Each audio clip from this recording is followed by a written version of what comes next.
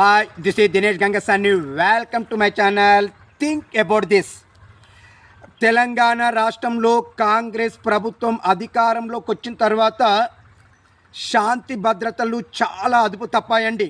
మరీ ముఖ్యంగా బీఆర్ఎస్ కార్యకర్తలపైన, బీఆర్ఎస్కి అనుకూలమైన వాళ్ళపైన దాడులు అనేవి బాగా పెరిగిపోతున్నాయి. మరి దీనికి ఘాటుగా స్పందించినటువంటి కవిత గారు ఒక స్టేట్మెంట్ కూడా ఇవ్వడం జరిగిందండి.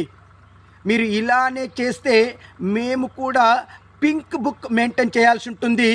ఇలా మెయింటైన్ చేసే బుక్కులో ఎవరెవరు బీఆర్ఎస్ కార్యకర్తలకి, బీఆర్ఎస్ అనుకూలమైన వాళ్ళకి ఇబ్బందులు కలగజేశారో ప్రతి ఒక్కరికి కూడా వడ్డీతో సహా అధికారంలోకి వచ్చిన తర్వాత తిరిగిస్తామని చెప్పేసి కవిత గారు వెల్లడించడం జరిగిందండి.